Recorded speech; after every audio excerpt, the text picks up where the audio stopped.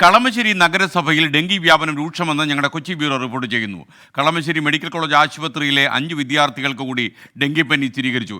ഇന്നലെ മാത്രം കളമശ്ശേരി നഗരസഭാ പരിധിയിൽ 17 പേർക്ക് ഡെങ്കി ബാധ സ്ഥിരീകരിച്ചിട്ടുണ്ട്. ശ്യാംകുമാർ വിവരങ്ങളുമായി കൊച്ചിയിൽ നിന്ന് തത്സമയം. Shyam, good morning. പറയൂ ശ്യാം, ഡെങ്കി കൊച്ചിയെ പിടിച്ചു കുലുക്കുവോ?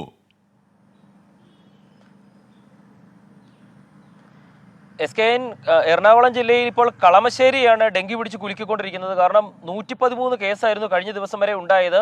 ഇന്നലെ മാത്രം 17 കേസുകൾ കൂടി റിപ്പോർട്ട് ചെയ്യപ്പെട്ടിരിക്കുന്നു. അതിൽ 5 കേസുകൾ കളമശ്ശേരി മെഡിക്കൽ കോളേജിലെ വിദ്യാർത്ഥികളാണ് 5 പേർക്കുണ്ടായിരിക്കുന്നത്. ഇതുവരെ കളമശ്ശേരി നഗരസഭാ പരിധിയിൽ റിപ്പോർട്ട് ചെയ്യപ്പെട്ട കേസുകളിൽ 37 കേസുകൾ മെഡിക്കൽ കോളേജിൽ നിന്നാണ്. അതായത് രോഗവ്യാപനം തടയേണ്ട മെഡിക്കൽ കോളേജിലാണ് കൂടുതൽ കേസുകൾ വ്യാപിക്കുന്നത് എന്നുള്ളതാണ് ഏറ്റവും ശ്രദ്ധേയമായ കാര്യം. നഗരസഭയിലേക്ക് കഴിഞ്ഞ ദിവസം പ്രതിപക്ഷ കക്ഷികളൊക്കെ പ്രതിഷേധം നടത്തിയിരുന്നു.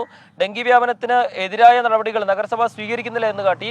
പക്ഷേ അത് ഒന്നും ഫലപ്രദമാകുന്നില്ല. കൂടുതൽ കേസുകൾ, ഡെങ്കി കേസുകൾ സജീവമായി തന്നെ കളമശ്ശേരി പരിധിയിൽ കൂടുകയാണ്. SKN. Okay, thank you Shyamkumar.